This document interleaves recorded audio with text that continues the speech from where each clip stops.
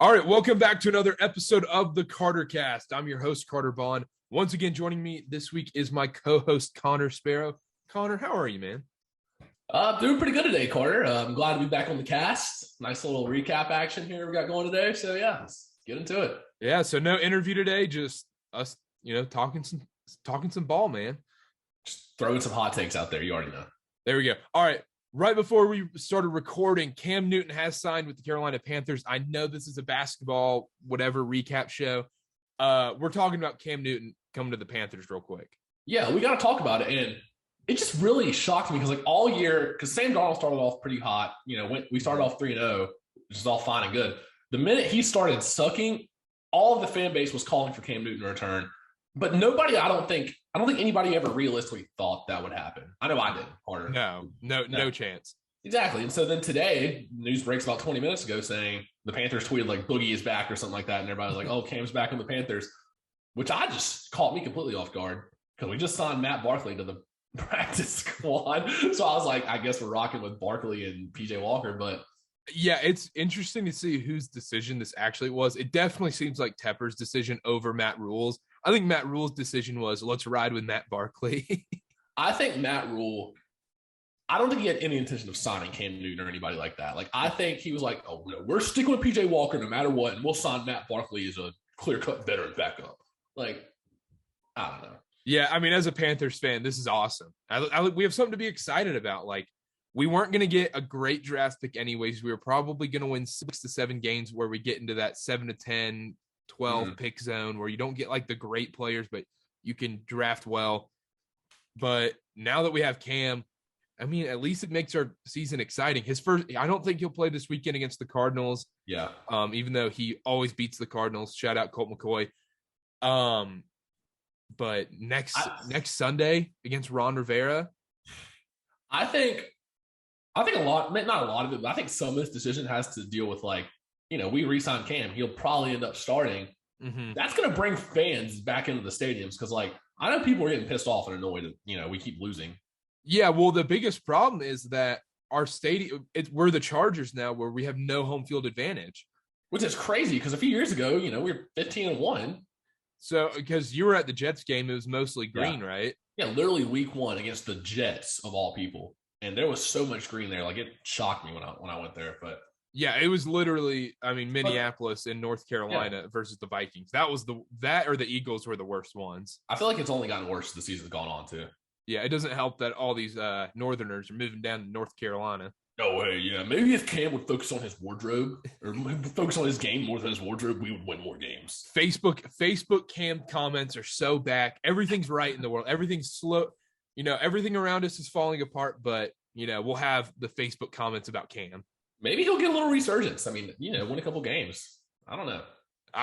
Better than what we saw. I'm fine with a 50-year-old Cam playing over Sam Darnold at this point. Yeah, Sam's never putting on that Carolina jersey ever again. Real quick, did you see? I think you did the tweet where they were like, "Oh, he has a partial, what was it? Oh yeah, it was an incomplete fracture. Incomplete fracture. They were like, "Yeah, he can't even complete a fracture." Something like that. I was like, "Wow." Yeah. So Cam's back. The Panthers are back. Shout out Ked Woodley. I'll put Ked Woodley on the beginning of Sunday's show. Shout out, Dominate the Foe. All right, let's move into some college basketball. This is what this actual show's all about. All right, let's move on to some college basketball. That's what this show's all about. Carolina beats Loyola Maryland, not Marymount. So Loyola Maryland by 18? I think it ended up being 16 final. Yeah. We're about 20 most of the game. I actually ended up working this game. And the one thing I noticed that stuck out to me more than anything, there was 2 things that really stuck out to me. Number one, Caleb Love looks a lot less like a freshman. Because last year he had a lot of growing pains, I feel like. Turned the ball over a lot. But he also, I think he got a bad rap last year because we'd give him the ball with 5 seconds on the shot clock and then everybody else just stand there and look at him. So he had to chuck some bullshit shot up, which is fine. But then he gets blamed for having a horrible field goal percentage. The Cole Anthony. Yeah, honestly. So, against the game or against Loyola Maryland on Tuesday, he looked a lot more poised, more confident taking his shots. It just looked like the team had a lot more flow to it than maybe last year. Free throw shooting still a little skeptical. So that was the first thing I noticed. Caleb Love, I think, will be huge for us this year. and I think you said this too. Our team's success depends on him, honestly. Oh, yeah, 1,000%. I felt the same thing about Duke with Jeremy Roach after watching the other night. Maybe not as much because it looks like Trevor Keels might be playing the point more. Yeah. But let's talk about Carolina. Caleb Love taking that next step will be the difference in you guys being Elite Eight Final Four team or getting knocked out early in the second round. I completely agree with that. And obviously, it's only been one game against, not the best competition. But if that's an indicator, as the season progresses, he'll only get more and more confident. Second thing I wanted to bring up, Brady Manick, Oklahoma transfer. Looks good. Yeah, he got some buckets, Maybe a little. Didn't shoot well from the three, but, Yeah, he's 1 for 5 from 3. But, I think that'll come. Yeah, I know. Because he had 20 points in his debut in 29 minutes, which I thought was pretty good. Defensively, a little questionable there, but as a whole, I think we look pretty good. One thing I will note, though, is we only played really 8 guys in the first half, and then Anthony Harris got in a little bit in the second half during the rotation. I think we only played 8 guys the whole year. Yeah, it's going to be because Coach K usually does where he only 7 to 8 guys, 6 with those guys no matter what. Yeah. It's going to be the same thing with Hubert Davis, it seems like this year. I think so, too, because I think we got 7 guys getting the lion's share of the minutes. You have our starting 5, and you have Garcia and Kerwin Walton off the bench, which, could fluctuate, whatever. But I think 7 guys will get the majority of the minutes this year, which is different from last year where we played 9, 10 guys every game. You guys have Brown tomorrow and then Purdue next week, right? I believe so, yeah. We definitely have Brown tomorrow, 9 p.m. tip-off. I'll be working that game, so everybody tune in. But Purdue's going to be a great game. I think so, too. I'm also excited looking ahead December 1st, Michigan. I think that'll be a great game. Yeah. A little worried. But you picked them as one of your favorites, didn't you? Who? Michigan. I believe I did. Weren't you talking about Michigan a lot before the season? Michigan's good.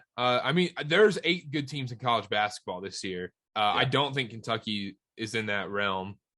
I think Duke let's go to that game real quick. Yeah. I think let's talk about Kentucky really quick. Kentucky easily could have won that game for how well Duke looked. Yeah, they kept it close. Yeah, that was the scary thing about Duke is Duke should have put the nail in the coffin 10 minutes left in the second half. They kept letting them hanging around. Yeah. Tshiebwe was dominating on the glass, which, you're not going to play him every night, but that was interesting to watch. Yeah, it was the most interesting thing I saw from the game. One, obviously, Trevor Keels is 100% legit. He's going to be an NBA talent. Yeah. We're going to be riding him and Banchero all year. It's Banchero, apparently, not Banchero, but everybody's going to make that mistake this year. And then Mark Williams and Theo John splitting minutes. Mm-hmm. So I think that's going to be interesting. I mean, it's nice that we have 2 big men that we can switch off from. Finally, we usually have it's usually one solid big man that gets into foul trouble, and then Javin DeLaurier comes in the game. What about Joey Baker's progression this year? You think he'll be knocking down some threes from the bench? I actually like Joey Baker this year. What year is he? Is he a junior? Dude, I know he burned his red shirt that first year for 2 games. Yeah, I think because he burned his red shirt the Zion year. I think he's technically a senior, but with the COVID year he has this year and 1 more year. Okay. Oh, and I did want to ask you, what do you make of I guess it was a lot of cramps or what was going on with? I don't know, but that's terrifying to think the first game of the year you're getting cramps. That's what me and my roommate were talking about. We were like, they're getting cramps first game of the year. Shout out Chip. Never to be seen again. Put him on the milk carton. But yeah, we were talking about they're getting cramps first game of the year. Is it because they're playing they're not used to that strenuous college basketball style of play? And Banchero didn't even get subbed out in the first half, I don't think, until he had the injury deal. Mm-hmm. So what do you make of that? I don't know. It might have been a conspiracy theory alert. You know how the Spurs like to turn up the heat when LeBron comes to town? Oh yeah. Maybe Kentucky made a deal with Leon Rice. Up in the Garden. You saw all those Kentucky guys on the bench. They're like, all right, let's turn the heater up on these guys. Yeah, I mean, hey, maybe, but I have no idea. I think it's just first game of the year. I think it'll be fine. I'm not too worried about it right now. As long as these guys stay healthy, they'll be fine. I think Duke's a legitimate title contender. I think it's Duke, Gonzaga, Texas, UCLA, Purdue. Purdue is legit. Michigan. Trying to think. I mean, I would say Carolina's not in that first group, but I think we're on the outside looking in there. We have the potential to make a run, but I would not consider North Carolina one of the favorites necessarily going into this year.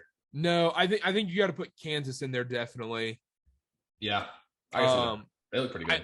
We haven't seen Baylor play yet, but I think it's down to those 7, 8, 9 teams. Yeah, it's early though. It's early. Yeah, it is. It's going to be very interesting tomorrow night. UCLA Villanova is going to be an awesome game. Mm-hmm. I also want to give a quick shout out to Walker Miller on Monmouth, 23-7 Tar Heel transfer. Hey, shout out Henry Coleman getting 27-7 for Texas A&M too. Crazy. These transfers just leaving the Blue Bloods, going crazy. I mean, okay, so that's the hard thing. If you don't have if you're not like a diehard Carolina fan like you were, let's say you're playing for Clemson. No, let's say you're playing for Kansas, and you're like, I could transfer right now, go play at Wake Forest and average 20 points a game when I'm averaging 7. If I don't see myself cracking the rotation in the next year, like realistically, or like maybe if like I'm a junior and like I'm like, oh, I only have 1 year of eligibility left, you got to go somewhere where you can showcase yourself if you want to move on to that next level. Because if you think about it, yeah, Wake Forest has less exposure than like a Kansas or somebody. You're still playing Power 5 basketball. You're still in the ACC. You have a good game against Duke, Carolina, you're going to be on national TV. You're going to get noticed. Mm-hmm. So I think that you just got to weigh your options there, depending on like your age or whatever. Yeah, I think Garrison Brooks is going to be able to showcase what he can actually do more this year than he's not being tied down from Sharp or Baycott. Exactly. He had a great game for Mississippi State last night. Yeah, he did play well. 18. Oh, shout out BYU. I knew they wouldn't cover -14.5. Cleveland State's actually a very good team. We're going to see them in the tournament upset someone. I can guarantee that right now. BYU will win San Diego State tomorrow night. I will be there. I can promise you that they will beat San Diego State tomorrow night in the Marriott Center. You want to just move on to NBA right now? Yeah, sounds good to me. All right. Oh, real quick before we go on, Wake Forest will be a bubble team. That's another bold prediction for this year. Oh, yeah. Wake has a chance to finish in the top 6 of the ACC, top 6, 7, which... Six is high. 6 is high. It's a ballsy take. Yeah. I think they finished 8-9. I would be surprised if they played on Tuesday. They started on Tuesday. The Wake Forest Invitational, as people like to call it. Yeah. Do they play or do they finish higher than NC State this year? Because I mean, that's a good question. Some of our friends love to say that State's going to make a run. You know what? Yeah, no, they're going to finish higher than State. I'll say it. I wouldn't be shocked. I didn't watch second half of Bucknell State, and obviously they looked better because they turned around a 10-point deficit or whatever it was. Yeah. I watched first half. Didn't look great. Yeah, I didn't watch any of it. But Kevin Keats is on his way out. That's the difference is Kevin Keats is 1 foot out the door, it seems like, getting nudged out. Steve Forbes is, hey, we're all in on you. Yeah, I think even this year we might see a huge step forward for him, but he's got the program in the right direction, I think. Just being around basketball when I was younger. This is a pivotal year, though. I agree. All right, let's move on to the NBA. Let's talk about the Hornets. They were terrible on the West Coast. Yeah. Usually they're not this bad. They were horrendous on the West Coast. Blowing leads left and right. Couldn't make game-winning buzzer beaters. Everything that we saw from the Hornets last year on their West Coast trips were the complete opposite this year. It was honestly painful to watch the end of some of those games. The Clippers was the worst one. Because you just know what's about to happen. I'm not kidding you. Fourth quarter starts, or we're like maybe 8 minutes left in the fourth. I'm like, we are not winning this game because we let them hang around. And I was like, if we let them hang around, Paul George comes back in and they're only down 4 or 6, or it's tied, I think it was. Mm-hmm. They are beating us because Paul George will close this out and we will start forcing shots like every game we do. Yep. And we start playing one-on-one ball. We're not moving the ball. And then the other thing too is the paint is just wide open. And you can see the paint, the Hornets interior defense, the paint guarding, our big men are the equivalent to the Panthers O-line. It is just a big gaping hole. And we saw it last night with John Morant in Memphis. Obviously, he is top 5 in the league in paint points per game. So that's, we're not going to play that every night. But he drives in, Plumlee just throws his hands up and then does the taco. Does the taco fall? And then Nick Richards has 5 fouls in 10 minutes. How does that happen? How do you get 5 fouls in 10 minutes of game action? It's because they attack the paint every play. And we think Steven Adams is like a threat in the mid-range as a roller. He's not going to catch it at the free throw line and make a move to the basket. He's not going to do that. So I don't know why we're going under picks like that. We have to figure out a trade for some kind of big man. Or Kai Jones has to start playing, or something's got to change. I mean, I just don't understand if we're playing Nick Richards, who gets 5,000 10 minutes. Now, he's looked decent on that road trip. He did. I'm not going to lie. But what's the harm in playing Kai Jones? Just seeing. If he sucks for 5 games, it's not that big a deal if he plays 12 minutes a game. Yeah, Borrego just does this with rookies. I mean, we're barely seeing Book Knight. We're seeing Book Knight in absolute garbage time where it's like the real Greensboro Swarm we're playing. It's like, just send him down to the G League right now. Like, let him play and get comfortable, find a shot, and then call him back up. Like, I don't understand what the problem is with that. I really don't understand why you can't send him to the G League. Also, shout out Jello Ball. Not looking bad. Yeah, honestly, I'll be at the Swarm game on Saturday. I'll be working it. I'm going to tune into that. But he's, had that 4-point play last night. He had, 22 in his debut. Mm-hmm. But it's almost like a repeat of the Summer League. He's not starting, and he's not playing consistent minutes. But it seems like, just from an outside perspective, he produces in the minutes he gets. Yeah, I mean, it really does. I like Jello Ball. Yeah, I do too. And we got to have him to keep Melo happy, honestly. Yeah, no, 100%. We got to – that's fine. Also, Kelly Oubre is pretty frustrating because it's 1 out of every 8 games he just can go off. And then those other 7 games, you're like, oh, my gosh, dude, you can't hit a layup. I would dare say 1 every 5. But not have 40 almost Yeah. But have a good game. Maybe a 20 plus. Yeah, once every 5 games we'll have 18 or 20, and then once every maybe 15 games we'll have 30. I don't know. Something like that. But those other games where he just has 8, goes 2 for 9 from, or 1 for 7 from 3. Yes. With 4 turnovers. And the thing is, they're not contested. They're wide open corner threes. Well, we saw it in Golden State last year. He's just a little inconsistent. And, he started the year horribly shooting from 3 last year for Golden State, and then eventually figured it out a little bit. He's been a little better for us this year. Obviously, the game against Memphis last night, he destroyed them, which good because Terry Rozier looked a little out of sync again. Gordon had a good game, a sneaky good game. Yeah. The weird thing with Terry was the game before he looked pretty good. Yeah, we got to have him back consistent like he was last year. He's got to be our second, third leading scorer every night. You can't have 8-10 points and expect us to win. Yeah, the only reason it happened last night is because Oubre had an anomaly game and had 40. Yeah, exactly. And LaMelo, what do you make of LaMelo right now? I think his shot looks better. He hits more shots. I don't cringe every time he pulls up for 3 like I did last year. Mm-hmm. But it's just he's still a little inconsistent. Yeah. And I think he's figuring it out fine. The one area of concern that gets me that throws off his game a little bit is the fouls. Because he'll have 3 fouls with 6 minutes left in the first half. And then you're out of rhythm. You can't play the rest of the first half. You gotta play careful in the second half. Mm-hmm. So I think that's one thing's gonna change. His offense, though, I think he's figured it out pretty well. That floater, nobody really contests that. That floater, you know how I feel about floaters usually, but yeah, that's one of his best shots. I mean, I think that's his most consistent shot. I agree. He gets 8-10 feet from the basket. It's not like he's taking a floater from the 3-point line. Yeah, exactly. Let's move off from the Hornets. Let's talk about the Lakers. This is probably the weirdest team in the NBA right now. Is PJ Tucker on roids? Because that putback dunk he had last night, I don't think I've ever seen that out of him.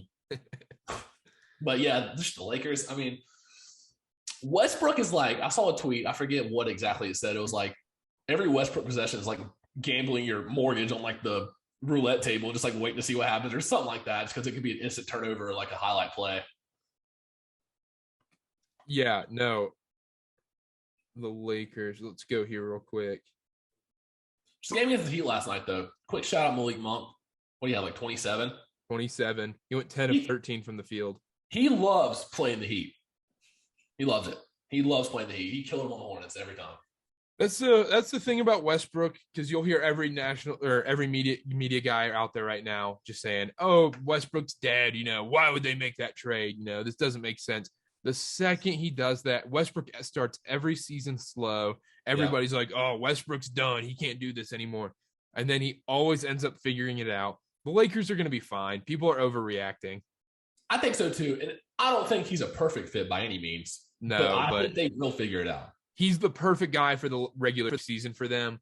He gets them enough where they won't have to play in the play-in game. They'll probably finish 2 or 3. He picks up the slack whenever lay load management wants to sit out for an abdominal strain for 10 weeks and just rest himself for the playoffs. Yeah, LeBum. Lay coach last night on the court every play.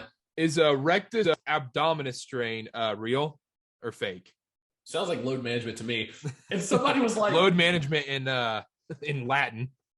Yeah. And his outfit last night, somebody was like, yo, does LeBron have a UPS shift after this? Because he was wearing that really shit. Yeah, no. Lakers are fine. People are going to they're still figuring out their rotation. Like Ariza hasn't played yet this year. This is almost a whole new team. Year. Talon hadn't played yet this year. Like they have 3 rotational guys that have not played a single game for them. LeBron's been in and out of the lineup. Wayne Ellington just came back. They're 7-5, and their stretch coming up is not that bad. Yeah, they have a chance to make it from ground for sure. They've had some tough games this year so far. Yeah, like they have the Timberwolves, the Spurs coming up. The Bulls will be a good game. I agree. The Bulls are good. Dude, I had no faith in them coming into the year. I was like, oh, they'll have a decent regular season, maybe like a 45-37 look, maybe get the 6th seed. They look disgusting. They are like Alex Caruso is legitimately solid right off the bench. They don't have Kobe White. Kobe White's been out. No, you're good. Kobe White's been out with an injury the whole year. That's an instant offense off the bench. Dude, Lonzo Ball looked amazing last night. No turnovers. He looks like Jason Kidd. It's crazy. The highlight pass he had full court to Levine. That was just... And then that 360 dunk. Yeah, I mean, the Bulls, look, the Hornets are going to be a 9-10 seed. We just need to accept that. And the thing is, we have potential to be so much better, and they'll lead us to believe we are. We'll go on a run, get hot midseason, and we will choke it all away in the last 15 games. We'll go like 2-13. We're going to be 9-10. It's November 11th, and you're going to hear us say this. We will get hot, battle for the 5th seed in the middle of the year, and blow it and go to the 8 or 9 seed. Happy Veterans Day. Thank you, Carter. So yeah, Bulls legit. I wanted to mention a little bit about Andrew Wiggins last night, just destroying the Timberwolves game. Felt a little personal, not gonna lie. He destroyed Towns in a couple of those plays. That's why the Warriors are the best team in the NBA. A guy like Andrew Wiggins can do that. And then Curry, they have Curry who can explode for 50 any minute he wants, it seems like. Draymond Green takes control of that offense. Jordan Poole is great off the bench. He's like Jordan Clarkson that like 2 years ago when Jordan Clarkson just kept getting randomly hot for the Jazz. Well, he's been starting this year, but when Klay comes back, I assume he'll go to the bench. Yeah, of course. It'll be a while. I think it'll be a while. I think Klay comes off the bench for about 2-3 weeks. I see that. But just back to your Warriors point, you got Wiggins scoring 35 last night. Curry's on cruise control, and he still has 25. Yeah. Like, it's nothing. Yeah, so Bielitsa is probably playing the best basketball of his life. He's disgusting. Otto Porter off the bench. Gary Payton II looks like his father. I know we mentioned that before. Shout out the Mitten. That's what they're calling him. The Mitten. That's hilarious. He's got some sneaky bounce, dude. I did not. They are good. Steve Kerr is the best coach in the NBA. It's proven. They're the only team that moves the ball. They're the only team that moves the ball. We need to put the whole narrative that like, the Warriors had a super team. KD came. Kerr didn't have to do anything. Maybe not, but you're seeing before KD came, he had to, and they were disgusting. And now KD's gone. Whole revamped roster around them, and they're still disgusting. No play. It's a lot like Eric Spoelstra. Eric Spoelstra is one of the best coaches in the league. Yeah, I agree. No, the Warriors. I love the Warriors to win the finals this year. The way they move the ball is so. Nobody defends it. Like nobody can guard it. If they get everybody's so used to just Brandon Ingram ISO ball. Yeah, if they get hot in the playoffs, can a team really beat them 4 out of 7 times? I just don't know. I don't think so. The only team I would be worried about if I'm the Warriors is the Lakers. In the West? Yeah. Yeah. I would agree because if the Lakers do figure it out, like they have a lot of experience. Obviously, they can just go inside. They can go and just destroy the Warriors inside. That's why it's crucial, just literally for that matchup alone, that like James Wiseman is somewhat competent enough to play 20, 25 minutes a game. Yeah, Kevon Looney can't. And no, I'm not saying stop Anthony Davis. You got to contain him a little bit. You cannot let him have 30, 35. Yeah, exactly. He's got to be confident enough. He's got to act like a number 2 draft pick last year. How many fake injuries do we see from the Lakers this year to load manage? Oh my God. I'm not kidding you. They might have like 20 different starting lineups by the time the year's over. That's not being funny. Like I'm dead ass serious. Well, I'm curious to see LeBron's next injury. I don't think anybody on that Lakers team will start more than 60 games, 65 games the whole year. I think Westbrook might. Okay, yeah, maybe Westbrook, yeah. Westbrook's going to be an all-star. Just Maybe. wait.